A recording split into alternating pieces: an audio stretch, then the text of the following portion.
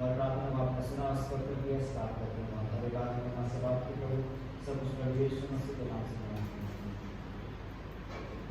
सबको फिर से जय मसीह की आज्ञा अपने स्थानों में खड़े हो जाए। आज सब इस मिलकर इस वचन को पढ़ेंगे। वचन संहिता 52 Psalms 52। एक पद में पढ़ूंगा, दूसरे पद आप पढ़ेंगे और इसे कहते हैं हमारी बात से पढ़ेंगे, फिर आगे पद सब मिलकर पढ़ेंगे। वचन संहिता 52 Psalms 52।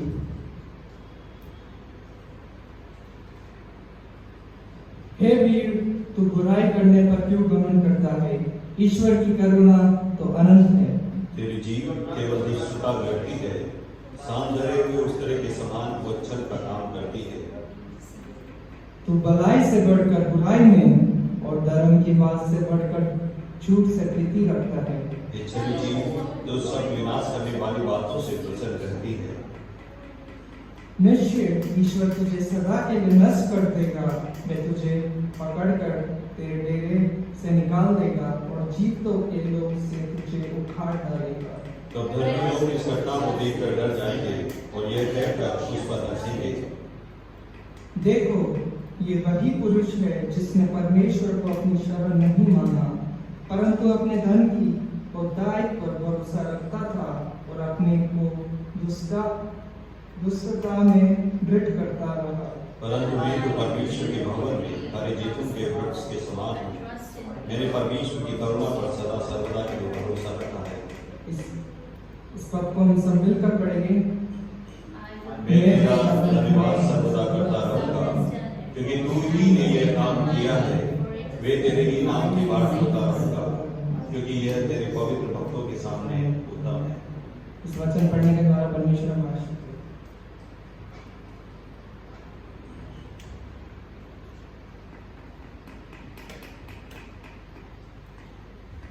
तो प्रभु का हम लोग एक और बार धन्यवाद करते हैं इस सुंदर समय के लिए जो प्रभु ने हमारे जीवन में दिखाया है।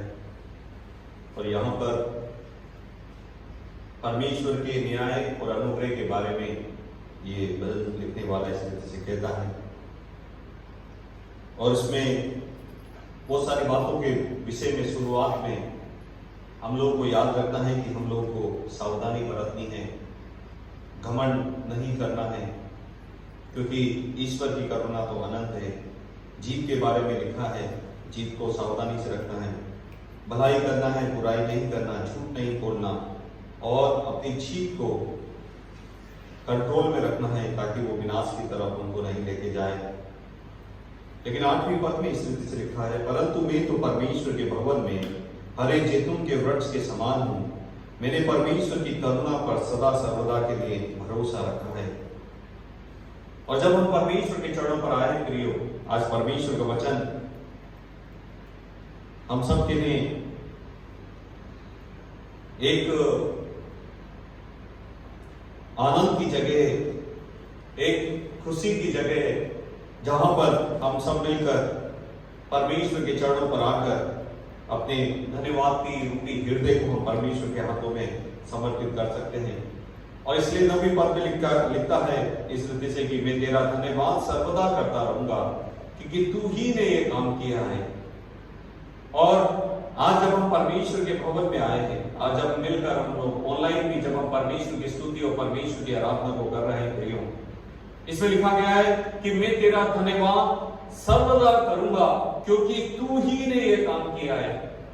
हम लोग को एक साथ में इकट्ठे होने के लिए, हम लोग को इस मेज के चारों तरफ आने के लिए परमेश्वर ने एक योजना बनाई थी कि हमको किस रीति से हमारे पापों से, हमारे गुनाहों से निकाला जाए। और उसी योजना के तहत में अपने इकलौते पुत्र प्रभु यीशु मसीह को इस संसार में हमसे प्यार करने के कारण उनको भेज दिया गया। और ये मेज बताती है कि वो योजना क्या थी। और ये मेज के चारों तरफ जब हम लोग इकट्ठे होते हैं, हम कितना भी प्रभु का धन्यवाद करें वो कम है प्रियो, क्योंकि परमेश्वर ने हमसे इतना प्यार किया कि उसके इकलौते पुत्र को उस कलवरी क्रूस के ऊपर शरीर को तोड़े जाने के द्वारा, उनके लहू को पाए जाने के द्वारा हमको हमारे पापों की क्षमा मिली। इसलिए पवित्र भक्तों, क्योंकि वचन कहता है, क्योंकि यह तेरे पवित्र भक्तों के सामने उत्तम है। ये हमारे लिए उत्तम है कि हम परमेश्वर के चरणों पर आए, परमेश्वर के भवन में आए और परमेश्वर के मेज में से हम लोग भागीदार हों। लेकिन जब हम लोग इस पवित्र मेज में से भागीदार होते हैं, आइए हम अपने जीवन को जांचे, जीवन को परखे, उसके बाद हम प्रभु भोज में से भागीदार होंगे।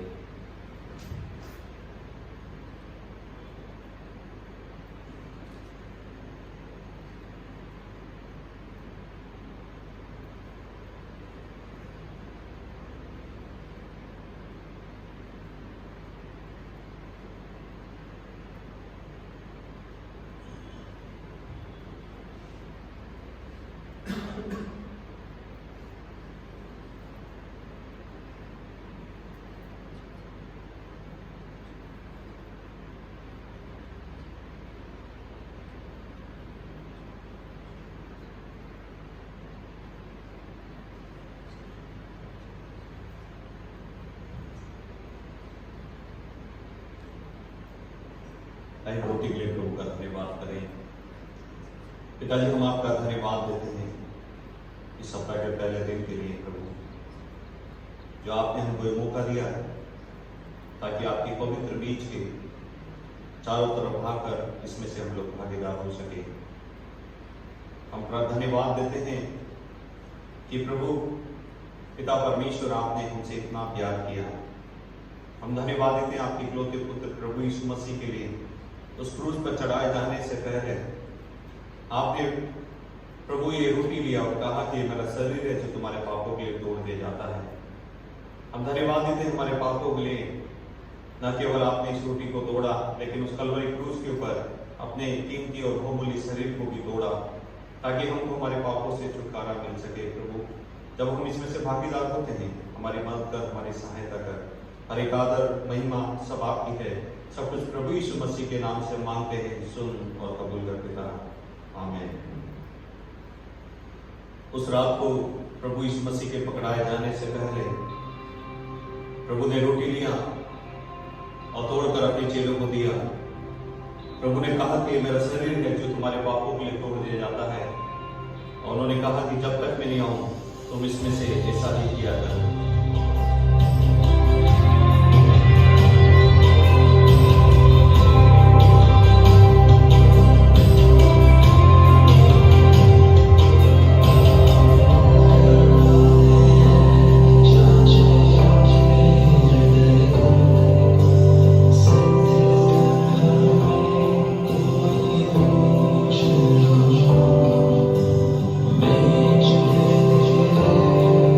Make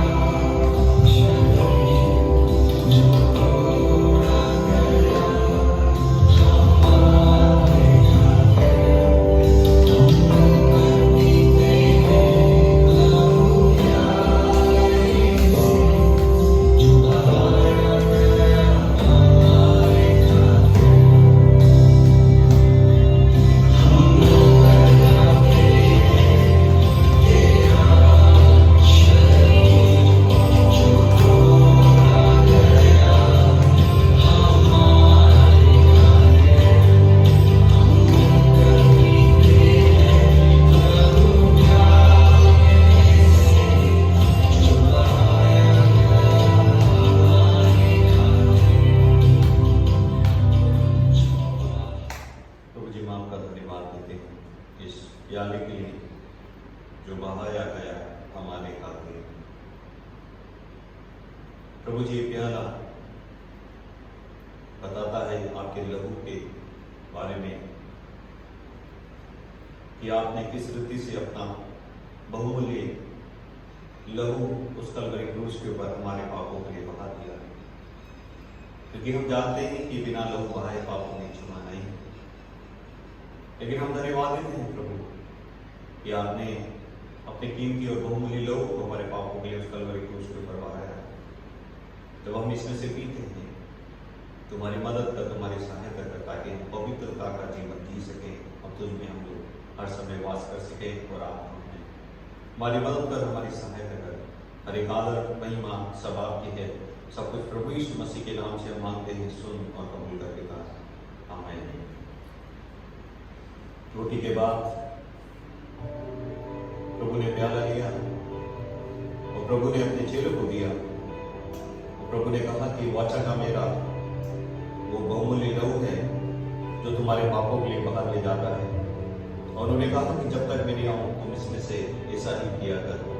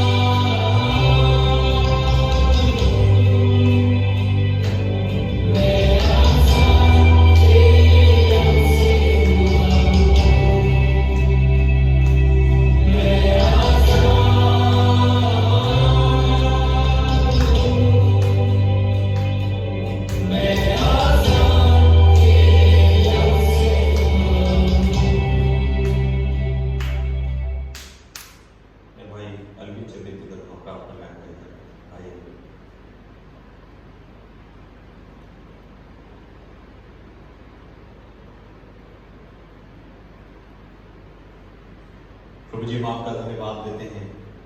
हम धन्यवाद देते हैं सुंदर समय के लिए जो आपने हमारे जीवन में दिखाया है।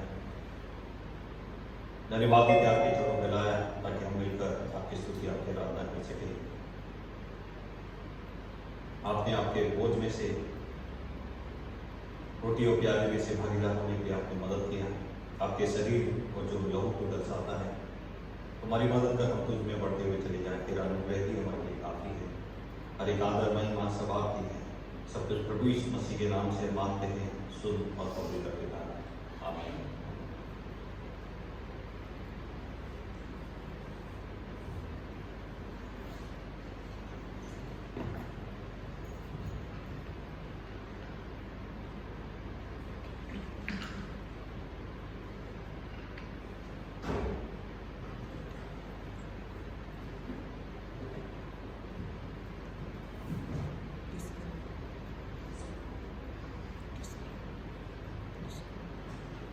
जय मसीह की। और प्रभु का हम लोग धन्यवाद करते हैं कि प्रभु ने हमको एक और ये सुंदर मौका दिया ताकि आज हम प्रभु के चरणों पर आ जाएं, प्रभु की स्तुति करें, प्रभु की आराधना को करें। और प्रभु ने हमें शरीर को संभाला है, इसलिए मैं प्रभु का धन्यवाद करता हूँ। और पिछले समय में इस बीमारी के बढ़ते हुए भी हर समय में प्रभु ने हमको संभाला, सुरक्षा प्रदान किया, इसलिए प्रभु का हम लोग धन्यवाद करते हैं। और हम लोग प्रभु में बढ़ते हुए चले जाएं, प्रार्थना में होते हुए चले जाएं, और प्रभु का अनुग्रह ही हमारे लिए काफी है। और नेटवर्क नहीं होने के कारण और मैं दोबारा भाई अलिन से विनती करूंगा कि प्रार्थना में अगुवाई करें। भाई एल्विन प्रार्थना में अगुवाई करें वचन में जाने से पहले।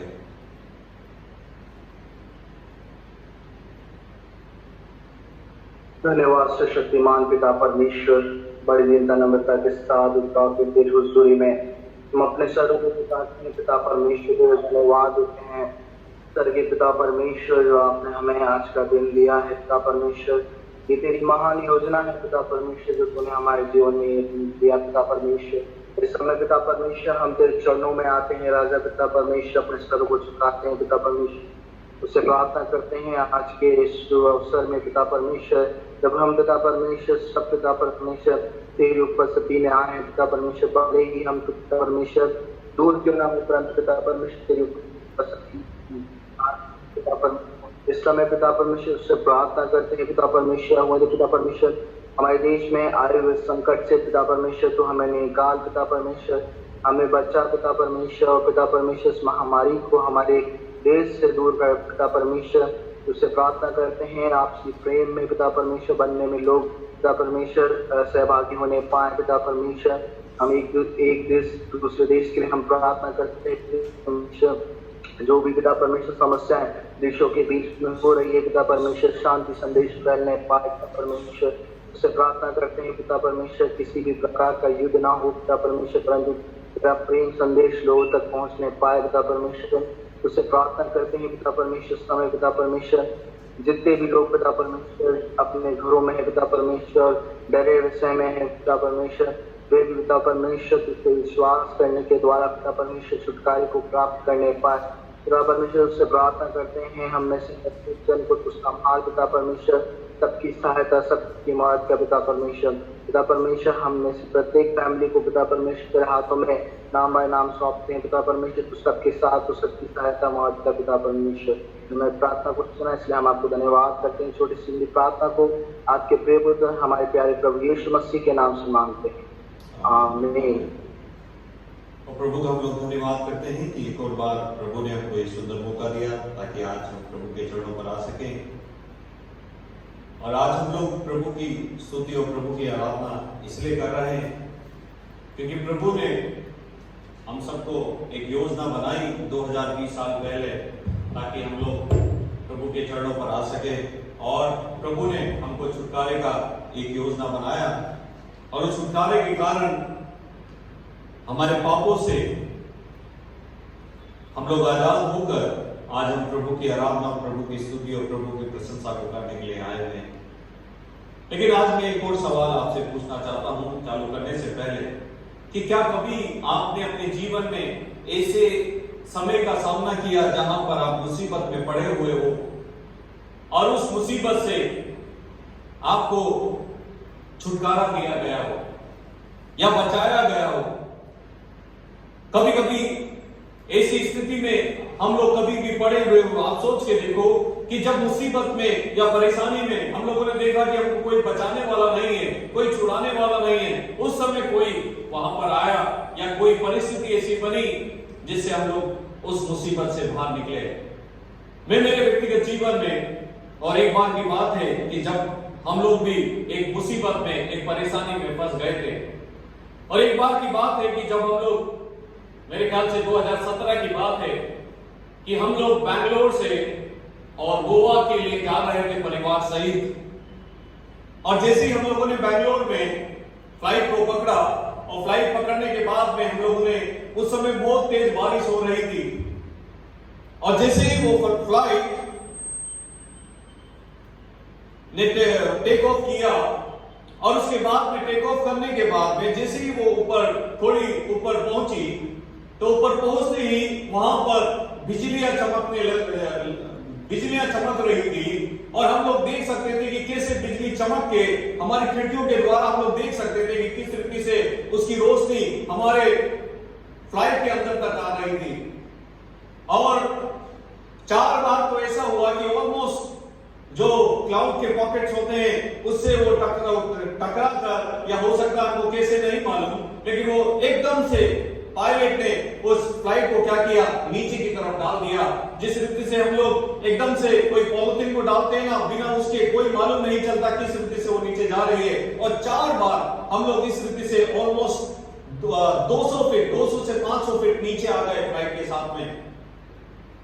और उस समय हर एक लोग वहां पर डर रहे थे। एयर होस्टेस हो गई, वो भी इधर दौड़ने लगी डर के मारे। वो सबको बोल रही थी कि सीट बेल्ट बांध के रखो, सीट बेल्ट बांध के रखो, कोई दिक्कत नहीं, कोई परेशानी नहीं है। लेकिन वहां पर जो भी उस फ्लाइट के अंदर बैठा था, कोई चीख रहा था, कोई वॉमिट कर रहा था, कोई घबरा रहा था, और इस रीति से कोई रो रहा था जोर जोर की। क्यों? क्योंकि ऐसी जगह पर हम लोग फंसे हुए थे। हम लोग निकलना भी चाहे बाहर तो निकल नहीं सकते, क्योंकि फ्लाइट आसमान के ऊपर थी। और यदि खिड़की को खोले तो खिड़की पे देख रहे थे कि किस रीति से लाइटनिंग चमक रही है, किस रीति से भयंकर बारिश हो रही है, और किस रीति से कभी कभी पायलट वो फ्लाइट को नीचे की तरफ लेके जा रहा है। कोई रास्ता नहीं था बचने का, कोई वो तरीका नहीं था बचने का। लोग चीख रहे, लोग पुकार रहे, लोग जोर जोर की बातें कर रहे हैं, और उसके बाद में एयर होस्टेस दौड़ रही है। लेकिन सच में देखा जाए तो कोई रास्ता नहीं। लेकिन जैसे ही वो फ्लाइट कुछ समय के बाद में, जैसे ही हम लोगों ने देखा कि वो नीचे की तरफ आ रही है, और जैसे ही उन्होंने कहा कि हम लोग गोवा में पहुंचने वाले हैं 10 मिनट में या 15 मिनट में, उसके बाद में हर एक लोग अपने जीवन में या अपने मन में खुशी से, शांति से, एकदम से सबके चेहरों में हम लोग खुशी को देख सकते हैं। क्यों? क्योंकि जब तक वो फ्लाइट उस गोवा के उस रनवे पे लैंड नहीं हुई, और ऊपर से जब तक हम लोगों ने उस गोवा के उसको चित्र को नहीं देखा या दृश्य को नहीं देखा अपनी आंखों से नीचे, तब तक सब लोग एक डर के मारे अपने जीवन में बैठे हुए थे। लेकिन जैसे ही the moment the flight landed, वो जैसे ही फ्लाइट जैसे ही गोवा के रनवे पे उतरी, सभी लोग क्या हो गए, खुश हो गए। और जैसे ही सब लोग फ्लाइट से बाहर निकले, सब लोग आनंदित हो गए और एक दूसरे को बधाई देने लगे कि ऊपर वाले ने हमको बचा लिया और परमेश्वर ने हमको बचा लिया। और उसी रीति की बात आज भी है प्रियो। अभी भी अलग अलग रीति की यदि हम लोग सोच के देखें हमारे जीवन में कि हम कभी कभी ऐसी मुसीबत में, ऐसी परेशानी में, ऐसी समस्याओं में हम लोग फंस जाते हैं कि हमको कोई छुड़ाने वाला नहीं है, हमको कोई बचाने वाला नहीं है। जैसे एक बच्चा होता है जिसके मम्मी पापा उसको छोड़ के चले जाते हैं, एक अनाथ हो जाता है, उसको कोई कुछ नहीं मालूम कि कहां पर जाना है और कहां पर खाना है और क्या पढ़ना है। 140 मिलियन इस धरती के ऊपर 140 मिलियन बच्चे आज भी एक अनाथ की तरह अपने जीवन को जी रहे हैं। लेकिन मैं आपको उसमें जाने से पहले इफिसियों की पत्री उसके पहले अध्याय, इफिशियन चैप्टर 1, इफिसियों की पत्री पहले अध्याय उसकी 4 और 5 को हम लोग देखें। इफिसियों 1 उसका 4 और 5। जैसे उसने हमें जगत की उत्पत्ति से पहले उसमें चुन लिया कि हम उसके निष्कपट प्रेम में पवित्र और निर्दोष हों, और अपनी इच्छा के भले अभिप्राय के अनुसार हमें अपने लिए पहले से ठहराया कि यीशु मसीह के द्वारा हम उसके लेपालक पुत्र हों। और मैं अब आपसे पूछना चाहता हूं कि क्या आपको भी गोद लिया गया है क्या? पहले यदि अगर मैं पूछता आपसे कि आपको गोद लिया गया है तो आप बोलते कि नहीं, हमारे तो मम्मी पापा हैं। लेकिन इस वचन को पढ़ने के बाद में आज सवाल मैं दोबारा से आपसे पूछता हूं कि आपको गोद लिया गया है क्या? तो हम में से हर एक लोग यही बोलेगा, हाँ हमको गोद लिया गया है। क्योंकि इसमें लिखा गया है 4 पद में यदि हम लोग देखें कि जैसा उसने हमें जगत की उत्पत्ति से पहले उसमें चुन लिया कि हम उसके निकट प्रेम में पवित्र और निर्दोष हों, और अपनी इच्छा के भले अभिप्राय के अनुसार हमें अपने लिए पहले से ठहराया कि यीशु मसीह के द्वारा हम उसके क्या हो जाएं, लेपालक पुत्र हो जाएं। यदि लेपालक पुत्र हम लोग हो गए तो लेपालक पुत्र का मतलब क्या होता है कि परमेश्वर ने मसीह यीशु के द्वारा हमको क्या कर लिया? गोद लिया है। यूहन्ना 1:12 में लिखा गया है कि जितनों ने उसे ग्रहण किया उसने अपनी संतान होने का अधिकार दिया है। हम जन्म से ही हमको यह अधिकार नहीं मिला प्रियो। हमने हो सकता है कि मसीह परिवार में हमने जन्म लिया हो सकता है कि हमारा नाम क्रिश्चियन का हुआ हो, लेकिन हमारे ब्लड में, जो खून में, जो आदम के पाप, जो शुरुआत के पाप अभी भी आ रहे हैं। और इसमें लिखा गया है कि हमने जन्म से ही क्या हो गए? पाप करते हुए आए। हम जन्म से ही पापी हैं, लेकिन हम धन्यवाद करें कि इतने गुनाह करने के बाद, इतने पाप करने के बाद में भी उसने हमारे ऊपर दया की और उसने क्या किया? हमको लेपालक पुत्र बना दिया। 3 बातों के बारे में देखें कि वो क्यों हमको आज लेपालक पुत्र उसने बना दिया। और पहली बात हम लोग देखें कि we who believe are the rescued adopted children of God। और जिसने परमेश्वर के ऊपर विश्वास किया है, और यूहन्ना 3:16 में लिखा गया है कि जो उसके ऊपर विश्वास करेगा, और जिसने उसके ऊपर विश्वास किया है, परमेश्वर के ऊपर विश्वास किया है, वो रेस्क्यू हो गए, वो बचाए गए, वो गोद दिए गए, और वो लोग क्या हो गए? परमेश्वर की संतान हो गए। आज हम कितने आनंदित हैं, आज हम कितने खुश हैं, आज हम कितने अपने चेहरों में मुस्कुराहट है। क्यों? क्योंकि परमेश्वर पिता ने हमको बचाया है हमारे पापों से, हमारी गंदगी से। वो प्रभु यीशु मसीह को अपने इकलौते पुत्र को इस संसार में भेजकर उस कलवरी क्रूस के ऊपर उसने अपने शरीर को तोड़ दिया, अपने लहू को बहाया और हमको उस पापों की दलदल में से बचाया। न केवल बचाया, लेकिन उसने हमको गोद में लिया। न केवल गोद लिया, लेकिन उसने अपनी संतान को भी हमको बनाया। देखो 3 चीज उसमें हम लोग देख सकते हैं कि एक तो कोई आदमी चलते हुए क्या करता है? किसी व्यक्ति को खड्डे में गिर जाता है तो उसको बचा लेता है,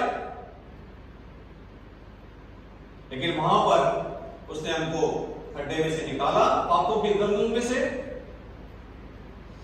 और उसके बाद न केवल निकाला, लेकिन उसने देखा कि कहीं शैतान दोबारा नहीं आए। उसने हमको क्या किया? गोद लिया। लोग गोद लेने के बाद भी क्या होते हैं? अपनी संपत्ति को उसके नाम पे नहीं करते, लेकिन उसमें लिखा गया है वो संतान का शब्द नहीं देते, अपना सरनाम नहीं देते। लेकिन न केवल उसने गोद लिया, लेकिन उसने अपनी संतान को भी बनाया।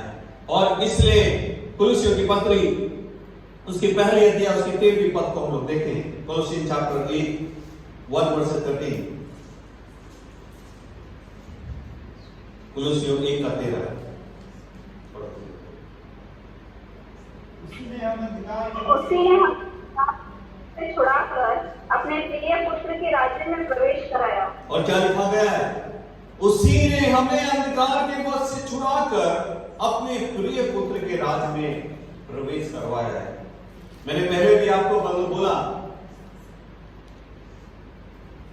कोई जन्म से विश्वासी होकर पैदा नहीं हुआ है। यदि हम लोगों ने शुरू में भी बोला, यदि मसीह परिवार में हमने जन्म लिया है, तो ये कभी मत सोचना कि मैंने जन्म लिया है मसीह परिवार में, इसलिए मैं स्वर्ग में जाऊंगा। लेकिन एक व्यक्ति जन्म से ही पापी है, और कहना है कि पाप जन्म से हम पाप करते हुए आए, और हम जब अपने जीवन में बढ़ते हैं, जब हम अपने एक समय में आते हैं, हम भलाई और बुराई का ज्ञान जब हमारे जीवन में आना चालू होता है, उस समय हम किसको चुनते हैं? क्या बुराई को चुनते हैं या भलाई को चुनते हैं? जब हम भलाई को चुनते हैं और अपने मन में हम लोग ये मानते हैं कि परमेश्वर पिता ने मुझसे प्रेम किया, और परमेश्वर के ऊपर विश्वास करते हैं, उसके पुत्र के ऊपर विश्वास करते हैं, तो उस समय परमेश्वर क्या करता है? 1:13 में हम लोग को देगा कि हमको अंधकार के वश से छुड़ाता है और अपने प्रिय पुत्र के राज में क्या करता है? प्रवेश करवाता है। वहां पर प्रिय पुत्र का राज क्यों लिखा गया है? प्रिय पुत्र का राज क्योंकि यदि यूहन्ना 14 में देखे तो वहां पर लिखा गया है कि मैं जाता हूं और तुम्हारे लिए क्या करता हूं, जगह तैयार करने के लिए जाता हूं, क्योंकि जहां मैं जाऊं वहां तुम भी, जहां मैं रहूं वहां तुम भी रहो। और यहां पर इसलिए कहता है, पिता परमेश्वर इसलिए कहता है कि मैंने तुमको छुड़ाया है, तुमको मैंने संतान को बनाया है, और मैंने क्या किया, जहां पर मेरा पुत्र रहता है मैं चाहता हूं कि तुम भी वहां पर रहो। इसका मतलब क्या है कि वो हमको उस जगह का वारिस बनाता है प्रियो। यदि गलतियों की किताब गलातियन चैप्टर 1 वर्सेस 4, गलतियों उसकी पहली अध्याय उसकी 4वीं पद क्या कहती है? गलातियन चैप्टर 1 वर्सेस 4, और ये खत्म करो। गलातियन 1:4,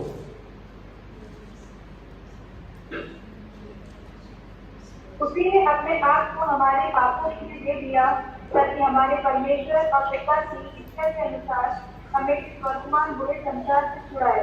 क्या लिखा गया है? परमेश्वर उसी ने अपने आप को हमारे पापों के लिए दे दिया। उसने तो अपने आप दे दिया हमारे पापों के लिए। क्यों? यदि हम लोग ये विश्वास करते हैं तो क्यों दिया है?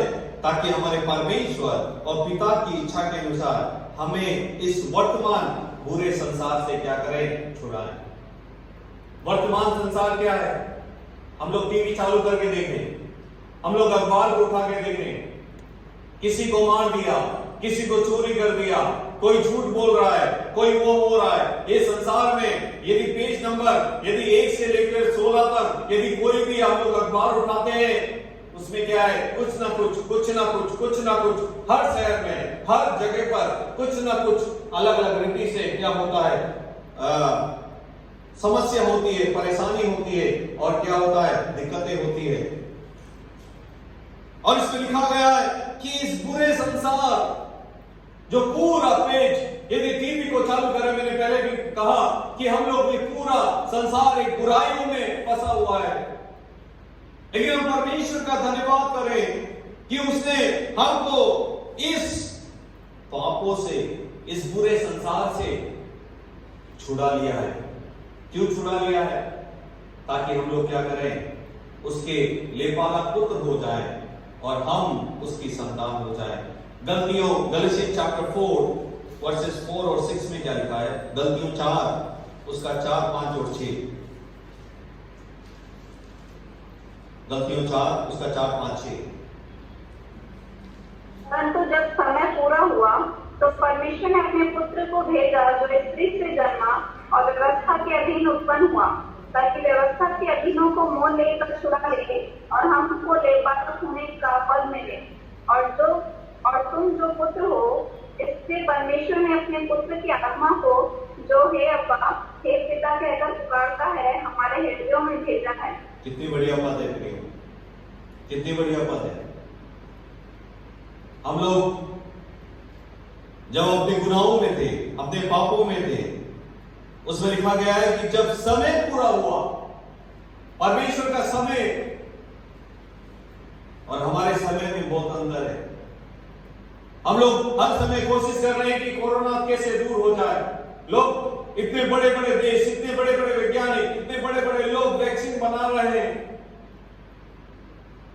लेकिन जब परमेश्वर का समय आएगा सब कुछ हो जाएगा।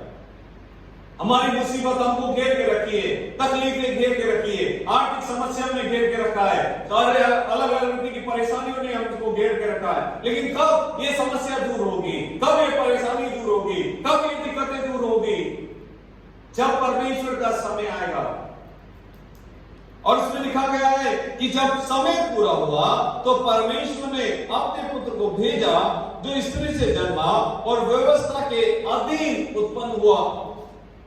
हम लोग व्यवस्था के अधीन में जकड़े हुए थे, हम लोग पापों के दलदल में फंसे हुए थे, और उसने अपने इकलौते पुत्र को इसलिए भेजा ताकि हमको व्यवस्था के अधीन से मोल लेकर छुड़ाए। देखो, ये भी सबसे बड़ी बात क्या है? एक चलता हुआ आदमी यदि कोई खड्डे में गिर जाता है, उसको खड्डे में से निकालने से पहले वो सोचता है कहीं मैं खड्डे में नहीं गिर जाऊं, रिस्क नहीं लेता। लेकिन इजी होता है, खड्डा छोटा होता तो हाथ देके निकाल लेता है। लेकिन यहां पर लिखा गया है कि आपको और मुझको उस पापों के दलदल में से, उस व्यवस्था के अधीन में से एक बहुत बड़ी कीमत को चुकाना पड़ा प्रिय। और वो कीमत क्या है? उसके इकलौते पुत्र प्रभु यीशु मसीह के शरीर को उस कलवरी क्रूस के ऊपर तोड़ा गया, लहू को बहाया गया और अंतिम सांस तक वो अपने पिता के प्रति विश्वास योग्य हुआ और उसके कीमती और बहुमूल्य लहू के द्वारा हमको हमारे पापों की क्षमा मिली। उस व्यवस्था के अधीन से हमको छुड़ाया। न केवल उसने हमको छुड़ाया, लेकिन उसने लेपालक होने का पद भी दिया। न केवल लेपालक पुत्र होने का पद दिया, लेकिन उसने क्या कहा कि तुम जो पुत्र हो, इसलिए परमेश्वर ने अपने पुत्र के आत्मा को जो हे अब्बा, हे पिता कहकर पुकारता है, हमारे हृदय में भेजा है। अब हम अपने दिल से, अपने मन से, अपने हृदय से हम लोग अब हे पिता कहकर पुकार सकते हैं। हे मेरे पिता, हे हमारे बाप, तू जो आसमान में है, तेरा नाम पाक माना जाए। हम लोग अब हमारे पिता को, ओ परमेश्वर को हम लोग मेरा पिता कहकर पुकार सकते हैं। क्यों? क्योंकि हम लोग व्यवस्था के आधीन में नहीं, लेकिन मसीह यीशु के बहुमूल्य लहू से हमको छुटकारा मिला है। और यही सुसमाचार है काय का? एडॉप्शन का, गोद लेने का, लेपालक पुत्र का। और कोई सुसमाचार नहीं। यही है कि उसने अपने इकलौते पुत्र को इस संसार में भेजा। वो हमारे लिए मारा गया, गाड़ा गया, तीसरे दिन जिंदा हो गया और वो स्वर्ग में गया आपके लिए, मेरे लिए जगह तैयार करने के लिए। और जो उसके ऊपर विश्वास करेगा वो नाश नहीं होगा, लेकिन उसकी संतान बन जाएगा और एक दिन उस प्रभु के साथ में सदा सर्वदा निवास करेगा। पहली बात हम लोगों ने देखा कि उसने जो कोई उसके ऊपर विश्वास करेगा वो उसको छुड़ाएगा, उसको लेपालक पुत्र बनाएगा और वो क्या हो जाएगा? परमेश्वर की संतान हो जाएगा।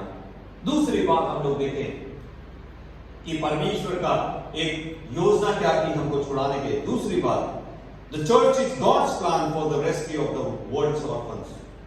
और कलीसिया एक परमेश्वर की योजना है। परमेश्वर की योजना कलीसिया के प्रति क्या है कि संसार में जितने भी अनाथ लोग हैं उनको क्या करे? छुड़ाए, उनको बचाए। God's want the rescue to become the rescuer. परमेश्वर चाहता है कि जिसको उसने छुड़ाया है वो दूसरों को जाकर क्या करे? छुड़ाए। यदि यशायाह नबी की किताब उसकी पहली अध्याय उसकी 17वीं पद में क्या लिखा गया है? यशायाह नबी की किताब उसकी पहली अध्याय उसकी 17वीं पद, Isaiah chapter 1 verses 17. भलाई करना सीखो, यत्न से न्याय करो, उपद्रवी को सुधारो, अनाथ का न्याय चुकाओ, विधवा का मुकदमा करो। क्या लिखा गया है? भलाई करना सीखो, यत्न से न्याय करो, उपद्रवी को सुधारो, अनाथ का न्याय चुकाओ और विधवा का क्या करो? मुकदमा लड़ो। और यही बात बाइबल बताती है कि यही सच्चा धर्म है। सच्चा धर्म क्या है? अनाथों को बचाओ। लेकिन अब अनाथ कभी कभी हम लोग सोचते हैं कि ये तो सही है कि मानवता के नाते जिनका कोई सहारा नहीं है हमको उनको बचाना है, संभालना है, सुरक्षा प्रदान करना है। लेकिन परमेश्वर का वचन यहां पर कहता है, अनाथ उनके बारे में कहता है कि जो प्रभु को नहीं जानते हैं, जो बिना पिता के हैं, जो अपने जीवन को इस संसार में अपने शारीरिक माँ बाप के साथ में तो है, अपने परिवार के साथ में तो है, लेकिन उनके सच्चे पिता के साथ में नहीं है। और यदि इस संसार में इस सांसारिक लोगों के साथ में या परिवार के साथ में और यदि वो आत्मिक पिता के साथ में नहीं है तो परमेश्वर का वचन कहता है कि वो लोग अनाथ हैं। हम लोग भी एक बार अनाथ थे। हम लोग परमेश्वर को नहीं जानते थे, हम प्रभु यीशु मसीह को नहीं जानते थे, हम परमेश्वर से दूर थे। हम लोग अपनी व्यवस्था में इतने आधीन थे, अपनी व्यवस्था में हम लोग चले जा रहे थे, संसार की नाना परीक्षाओं में हम लोग पड़े हुए थे, हमारे पापों को हम लोग करते हुए जा रहे थे।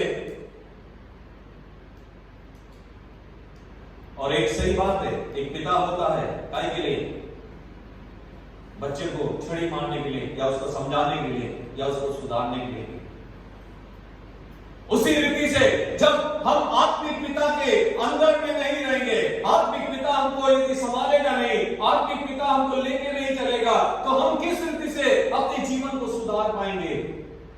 हम बुराई में बढ़ते हुए चले जाएंगे, हम बुरी संगति में होते हुए चले जाएंगे। और इसलिए यहां पर लिखा गया है, बाइबल बार बार में बताती है, अनाथों को क्या करो, अनाथों को संभालो, अनाथों को क्या करो। उसमें जैसे हम लोगों ने ये समय में देखा कि अनाथों को बचाओ, संभालो, उसका मतलब क्या है? मैंने दोबारा कहता हूं, उसका मतलब यही है कि परमेश्वर ने हम अनाथों को बचाया, हमने उसके ऊपर विश्वास किया, एक कलीसिया हमको बनाया। और परमेश्वर अब क्या चाहता है? परमेश्वर की योजना क्या है कि जिस रीति से उसने हमको बचाया, जिस रीति से हमको लेपालक पुत्र बनाया, जिस रीति से उसकी संतान को बनाया, अब परमेश्वर क्या चाहता है कि हम लोग भी क्या हो जाएं? दूसरों को बचाएं।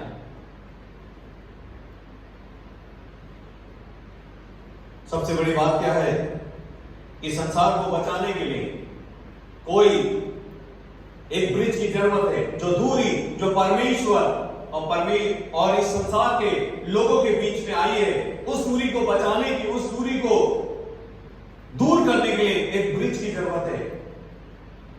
वो ब्रिज सरकार नहीं है, वो ब्रिज आपका समाज नहीं है, वो ब्रिज आपका परिवार नहीं है, वो ब्रिज एक कलीसिया है प्रियो। और कलीसिया क्या करती है कि जो मसीह से दूर हो गए, जो परमेश्वर से दूर हो गए, उनको क्या करती है? परमेश्वर के राज्य में लेकर आती है। कलीसिया क्यों होना जरूरी है, वो भी हम लोगों ने देखा। ये कलीसिया इसलिए नहीं हो कि हम लोगों को पुराने रीति रिवाज में हम लोग चले आ रहे हैं, इसलिए हमको कलीसिया में जाना है, हमको चर्च का मेंबर बनना है, इसलिए नहीं। क्योंकि जब हम परमेश्वर के ऊपर विश्वास करते हैं तो परमेश्वर क्या चाहता है कि हम लोग उसके भवन में नित्य रहने पाए। और इसलिए वचन कहता है, प्रभु यीशु मसीह ने यूहन्ना 14 में कहा कि जहां मैं जाता हूं, मैं तुम्हारे लिए जगह तैयार करने के लिए जाता हूं, क्योंकि जहां मैं रहूं वहां तुम भी रहो। हम लोग कब रहेंगे? जब हमको वो टैग मिल जाएगा कि स्वर्गीय पिता मेरा क्या है, स्वर्गीय परमेश्वर मेरा क्या है, पिता है।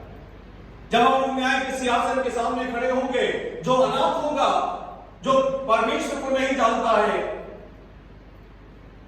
वो वहां से उसके लिए वहां पर स्वर्ग के राज में जो प्रभु यीशु मसीह आपके लिए, मेरे लिए मेंशन को तैयार कर रहा है, जगह को तैयार कर रहा है, हमको जगह नहीं मिलेगी यदि हम लोगों ने उसके ऊपर विश्वास नहीं किया। तो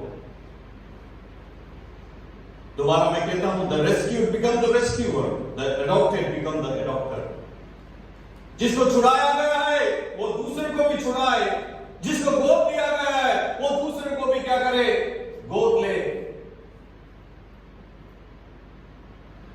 बार बार में, मैं दोबारा कहता हूं, बार बार में अनाथों को बारे में लिखा गया है, अनाथों को बचाया जाए, अनाथों को बचाया जाए। अनाथों को क्या है? मैं दोबारा कहता हूं, जब वचन पढ़ो तो अनाथ इस संसार के हर एक लोग हैं जिसके पास में सांसारिक पिता और माता तो है, लेकिन बिना स्वर्गीय पिता के वो अपने जीवन को जीता है, वो अनाथ है इस संसार में। क्योंकि ये जीवन एक 60 साल का है, 50 साल का है, 60 साल का है, 70 साल का है। आपको मुझको नहीं मालूम कि हमारे जीवन में कल क्या होगा, क्योंकि किसी को कोरोना होने के कारण हॉस्पिटल चल जाता है, 5 दिन के बाद में खबर होती है कि संसार में नहीं है। सांसारिक माता पिता 60 साल तक, 70 साल तक और 50 साल तक उस समय तक रहेंगे, लेकिन अनंत काल का पिता कौन है? आज हमको समझने की जरूरत है। यदि अनंत काल का पिता, यदि वो स्वर्गीय पिता आपका नहीं है प्रियो, तो आप इस संसार में और आने वाले जीवन में भी अनाथ रहोगे।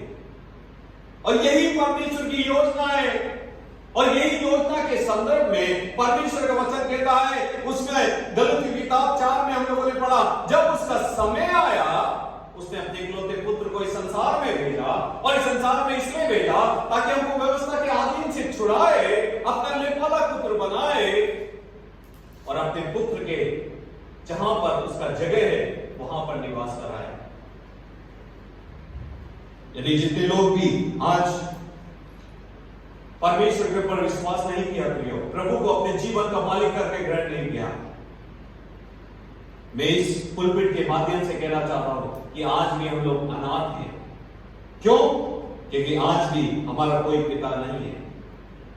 यदि हमने प्रभु परमेश्वर के ऊपर विश्वास किया है, पुत्र को अपने जीवन का मालिक करके ग्रहण किया है, तो आज हम लोग कह सकते हैं कि मैं अब अनाथ नहीं। चाहे मैं कोई संसार को छोड़कर भी जाना पड़े, चाहे कल भी कुछ भी हो जाए मेरे जीवन में, क्यों? क्योंकि मेरा पिता के घर पे मैं जाऊंगा, वहां किसी रीति की कोई परेशानी नहीं, रोना नहीं, दुख नहीं, कोरोना नहीं, कोई मुसीबत नहीं, कोई परेशानी नहीं, लेकिन वहां पर हर समय मेरे पिता की आराधना आराधना और आराधना ही होती रहेगी। इसलिए मैं दोबारा कहता हूं, the rescued become the rescuer. यदि आपको बचाया गया है तो आप दूसरों को भी बचाओ। यदि आपको गोद लिया गया है, आप दूसरों को भी गोद लो।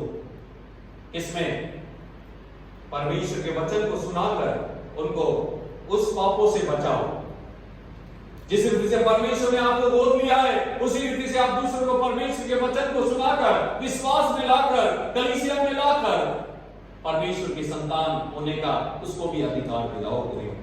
तीसरी बात, You are a part of God's plan to rescue the orphans.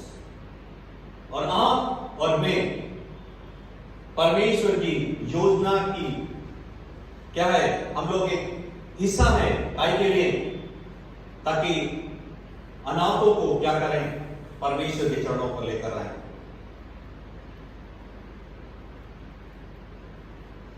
कभी कभी हम लोग सोचते हैं कि हम लोग किस रीति से किसी को हम लोग गोद ले सकते हैं। गोद नहीं ले सकते, हर किसी को वरदान नहीं, लेकिन सबको वरदान मिला है।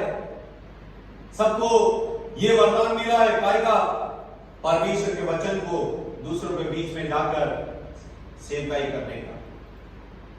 हम किसी को उठाकर अपने घर में तो हम लोग लेकर नहीं आ सकते, हम खाना नहीं खिला सकते, हम पाल नहीं सकते, लेकिन हम में से हर एक को वरदान मिला हुआ है। काय के लिए? ये आपकी और मेरी इच्छा नहीं है प्रियो, ये परमेश्वर की इच्छा है कि आपको और मुझको उसने अपने परिवार का सदस्य बनाया, वो हमारा पिता हो गया।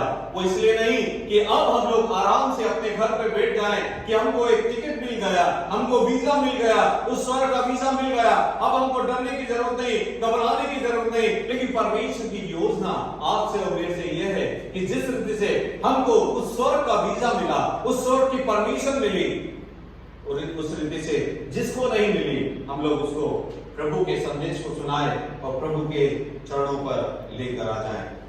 सोच के देखो कि उस दिन के बारे में जब हम लोगों ने उद्धार पाया, सोच के देखो उस दिन के बारे में जब हम लोगों ने प्रभु को ग्रहण किया, सोच के देखो उस दिन के बारे में जब हमने अपने जीवन को, अपने मन को प्रभु के हाथों में समर्पित किया।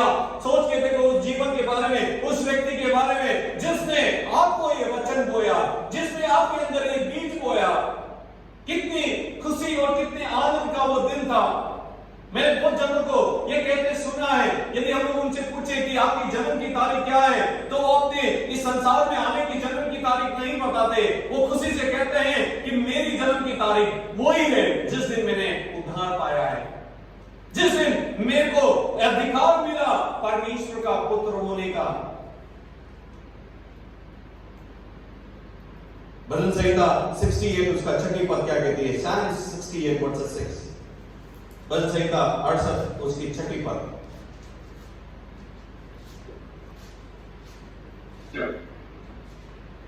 परमेश्वर अनाथों का घर बसाता है और बंदियों को छुड़ाकर संपन्न करता है, परंतु हठीलों को उसकी भूमि पर रहना पड़ता है।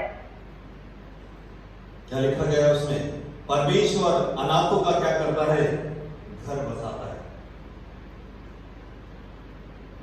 अब आप सोचोगे ये सांसारिक बातों के बारे में। कभी कभी कोई क्या बोलता है, यदि मैं परमेश्वर पर भरोसा करूंगा। हम लोग जब बाइबल कॉलेज में थे, हम लोग वचन को सुनाने के लिए जाते थे, गॉस्पेल को देने जाते थे, तो लोग बोलते थे कि यदि मैं प्रभु को ग्रहण कर लूंगा तो मेरी शादी हो जाएगी क्या, या मुझको ये सब चीजें मिल जाएगी क्या। आज भी लोगों के अंदर ये गलत धारणा है। आज जब हम लोग ये वचन को पढ़ रहे हैं, हम सोच रहे हैं कि परमेश्वर क्या करता है? अनाथों का घर बसाता है। उसका मतलब ये नहीं है। एक गाना है ना, कांटों पर चलूंगा मैं, दुख भी उठाऊंगा मैं, जब हम लोग प्रभु को ग्रहण कर लेते हैं, हम लोग ये नहीं समझे कि मेरा रास्ता, मेरा जीवन बहुत खुशी से, आनंद से भर जाएगा, अब मेरे को कोई दिक्कत नहीं, कोई परेशानी नहीं। लेकिन मैं आपसे कहना चाहता हूं कि आप गलत रास्ते पे हो प्रियो, क्योंकि मसीह जीवन एक कांटों पर चलने वाला जीवन है, क्योंकि एक सकड़ा रास्ता है। चौड़े रास्ते में कोई दिक्कत नहीं है, लेकिन आखिर में दिक्कत है। 50 साल के बाद दिक्कत है, 60 साल के बाद दिक्कत है। क्यों? क्योंकि आखिर में नरक में जाना पड़ेगा। लेकिन मसीह जीवन एक सकरा जीवन है। मुसीबत, परेशानी, समस्या, दिक्कतें आती रहेगी, क्योंकि शैतान एक गरजते हुए सिंह के समान खड़ा रहेगा, जो हमको चाहेगा कि हमने पिता को ग्रहण किया, हम उसके लिए पाला पुत्र हो गए, वो हमको उसके हाथों से छीनना चाहेगा।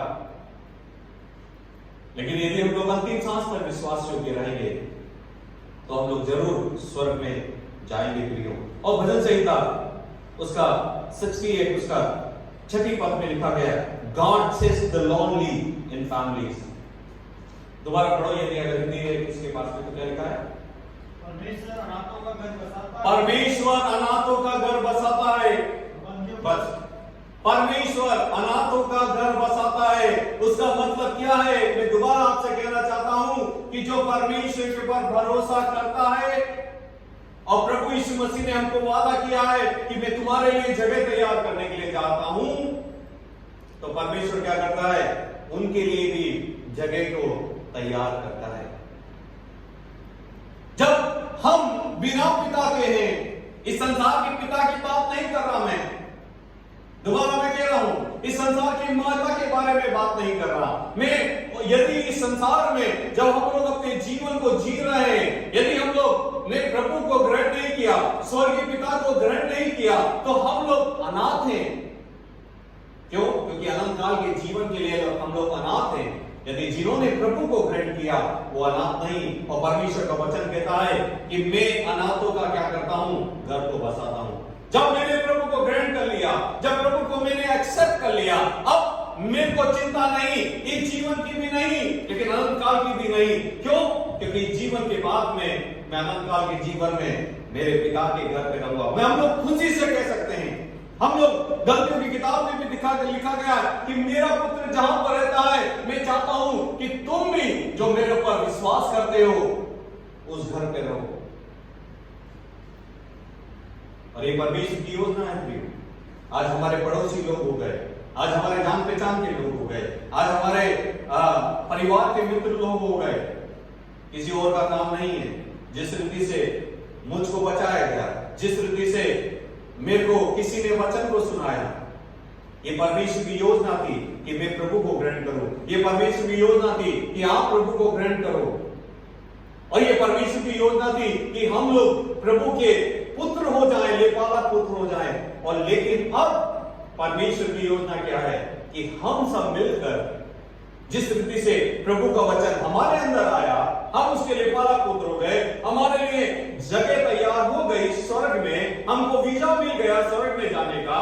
हम लोग भी क्या करें? दूसरों को सच्चाई के बारे में बताएं, प्रभु के बारे में बताएं। जब वो लोग विश्वास करें, ताकि उनको भी देखकर हम खुश हो जाएं कि उनके लिए भी परमेश्वर ने जगह को तैयार किया। उसके बाद लिखा गया है कि परमेश्वर अनाथों के घर को क्या करता है? बसाता है। पहला कुरिन्थियों 2 अध्याय उसके 9 पद को जल्दी से हम लोग देखें। 1 Corinthians chapter 2 verses 9। पहला कुरिन्थियों 2 उसका 9।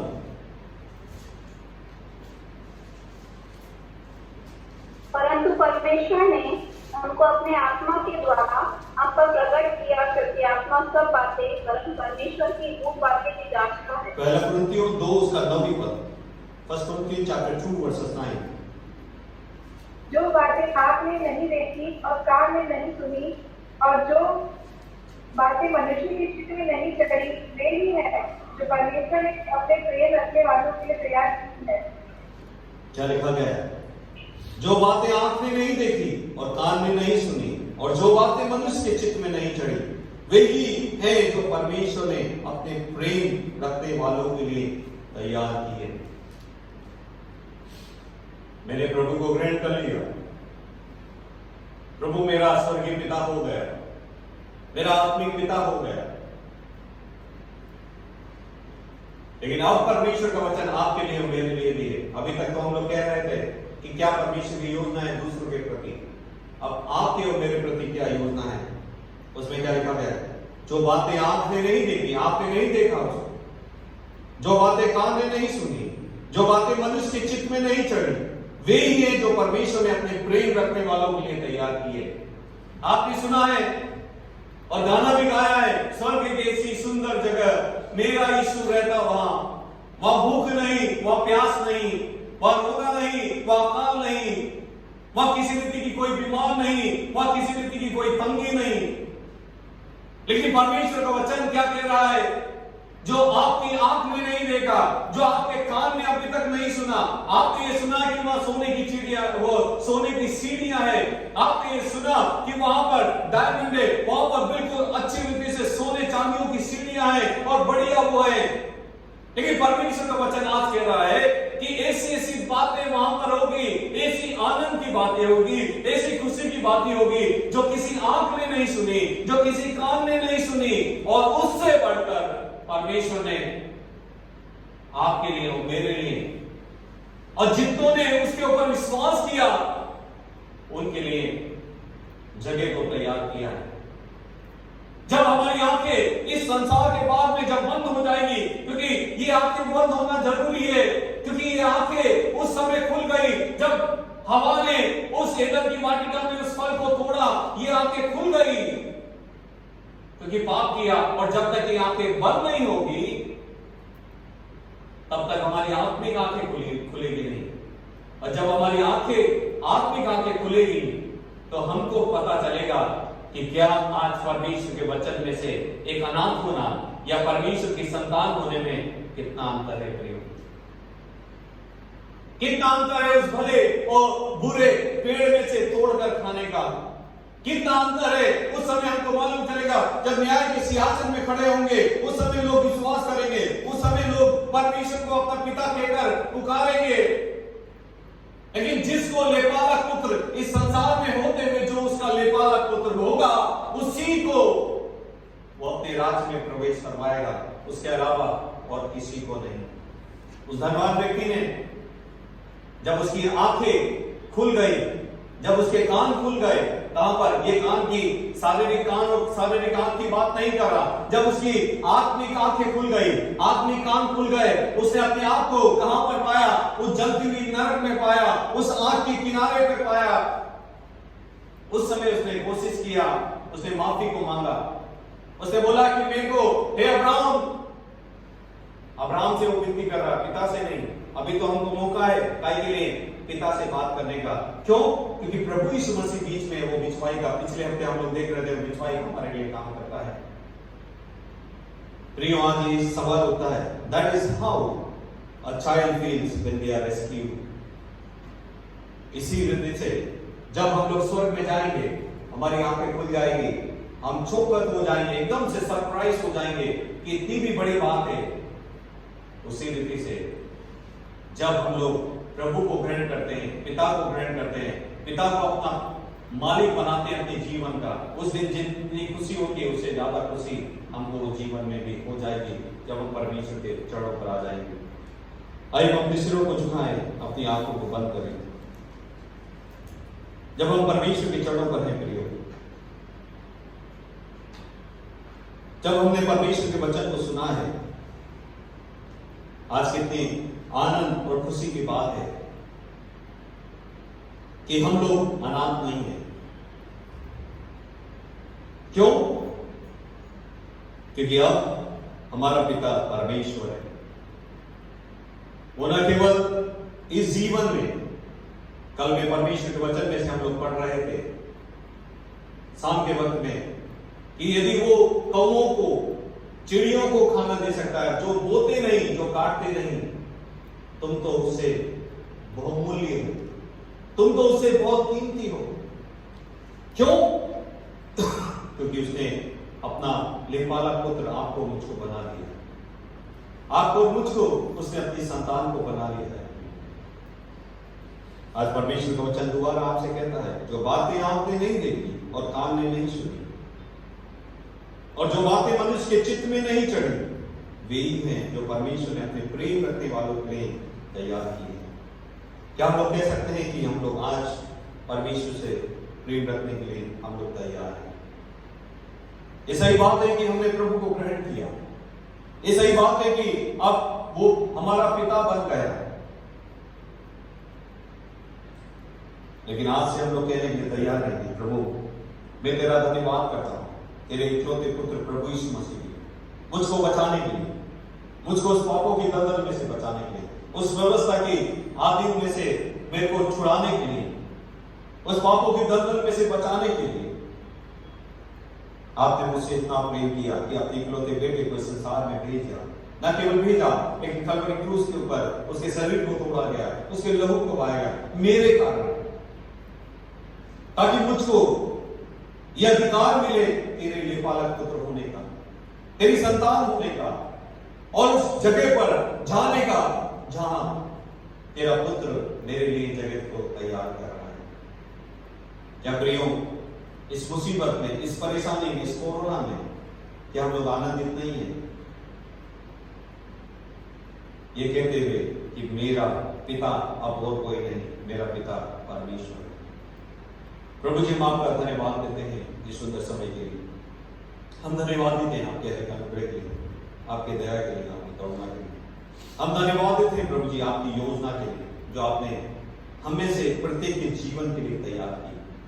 न केवल तैयार की, लेकिन उस योजना के अनुसार अपने इकलौते पुत्र को इस संसार में भेजकर और उस कलवरी क्रूस के ऊपर शरीर को और लहू को तोड़कर, बहाकर और हमको हमारे पापों से छुड़ाकर वो योजना को पूरा किया प्रभु। और हमको प्रभु जी उस योजना के तहत में अभी भी तू लेके चल रहा है, ताकि एक दिन प्रभु जी हम आपके साथ में सदा सर्वदा तक निवास करें, क्योंकि चाहता है कि जहां तेरा पुत्र है वहां हम भी निवास करें। लेकिन हमारी मदद कर, हमारी सहायता कर, ताकि हम बुराई को नहीं चुने लेकिन भलाई को चुने। हम तेरी आत्मिक बातों में लोले हो जाएं, स्तुति रूपी गीतों को गाएं प्रभु जी, हम तेरे भजन को गाएं, तेरे वचन को पढ़ें और प्रभु जी एक सच्चाई से, आत्मा और सच्चाई से तेरी आराधना को कर सके। तो हमारी मदद कर, तुम्हारी सहायता कर, क्योंकि तू उन लोगों को कहता है जिसको जो तेरे संतान है, जो तेरे लिए पालक पुत्र है, तो हमसे कहता है कि तुम्हारी आंखों ने नहीं देखा, तुम्हारे कानों ने अभी तक नहीं सुना, तुमने कभी, तुम्हारे दिमाग में कभी नहीं सोचा कि मैंने तुम्हारे लिए इस पृथ्वी की जगह को तैयार किया है। तुम्हारी मदद कर, तुम्हारी सहायता कर, ताकि एक दिन जब हम तेरे सामने खड़े हुए, जब वो जीवन की पुस्तक खुले, जब वो इंसाफ का तराजू यीशु के पास में हो, तो तू हमको देखकर कहने पाए, ए मेरे विश्वास के दास, मेरे राज्य में प्रवेश कर। तुम्हारी मदद कर, ताकि अभी से ही हम अपने जीवन को उस प्रकार का जीने के लिए हमारी मदद कर, हमारी सहायता कर। हर एक आदर, महिमा सब आपकी है। सब कुछ प्रभु यीशु मसीह के नाम से मांगते हैं, सुन और कबूल कर पिता, आमीन। परमेश्वर पिता का प्रेम, पुत्र का अनुग्रह और पवित्र आत्मा की सहभागिता हम सब के साथ अब से लेकर सदा तक होती रहे। आमीन, आमीन। जय मसीह।